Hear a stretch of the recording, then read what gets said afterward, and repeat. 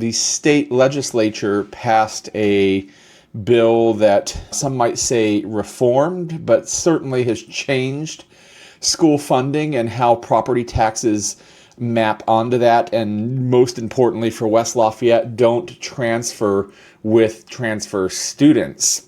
And West Lafayette is having to deal with the fallout of this. They are a smaller school corporation that is known for having high scores. They're rated highly amongst all the people that are out there rating schools, giving them A+s and #1 top school for this and that sort of thing. And they really have that reputation for it. And it is won because of the love of West Lafayette for their schools and valuing the education that they provide.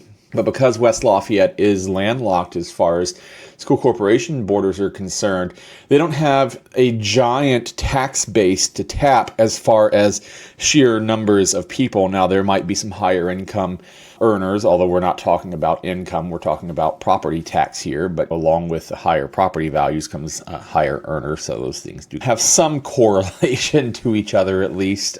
Really been known for academic excellence and some extracurricular excellence as well, but they are no longer able to get the money that comes along with transfer students, and they have, I believe it's a couple hundred, maybe it's in the hundreds, maybe slightly less than 200 transfer students from Tippecanoe School Corporation. And they're not able to collect that money anymore because the state legislature changed the law around that in this last session. So they have begun the process of thinking about what that's going to look like in the future, and they brought in a consultant to a work session that was very well attended by their constituents to talk about the possibility.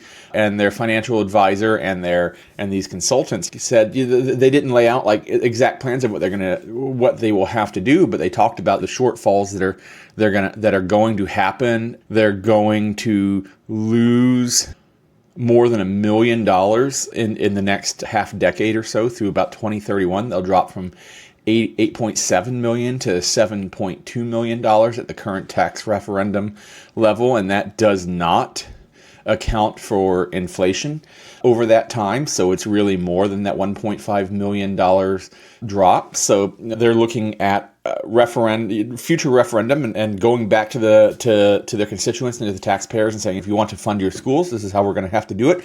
They're looking at transfer students and do we keep them? Do we get rid of them because of the finances? But part of that plays into that is also there's a certain mass that's needed for critical mass that's needed for some of these programs to exist. And again, without the number of students that are from the transfer student pool, perhaps they're going to lose some programs, some classes, some teachers, some extracurriculars. So there's a dark side and a light side to all the choices.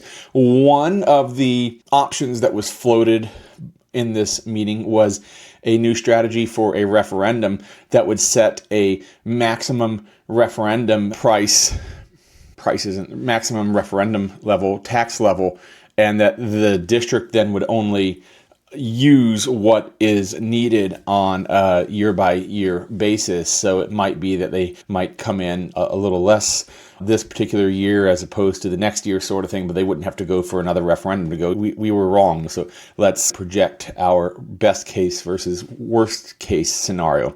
I don't want to get into the details of the spreadsheet about this percentage level and this year and all of that. That's not what this is about, but rather just to say that West Lafayette has been a bastion of excellence in education through most anybody's eyes that you would ask, and they are now having to wrestle with the reality of funding changes from the State House here in Indiana. And for better or worse, that is definitely affecting education statewide as local school boards grapple with how to deal with that, and it's affecting us right here in our community. So if you've got kids that you want to get into the West Lafayette School Corporation, you know what that education exactly is going to look like in a few years? We don't know. I would imagine they're going to come up with solutions that continue to show excellence in education that they've always had, but they're going to have to figure that out. But will you be able to get into the West Lafayette School Corporation if you're not within the West Lafayette School Corporation boundaries?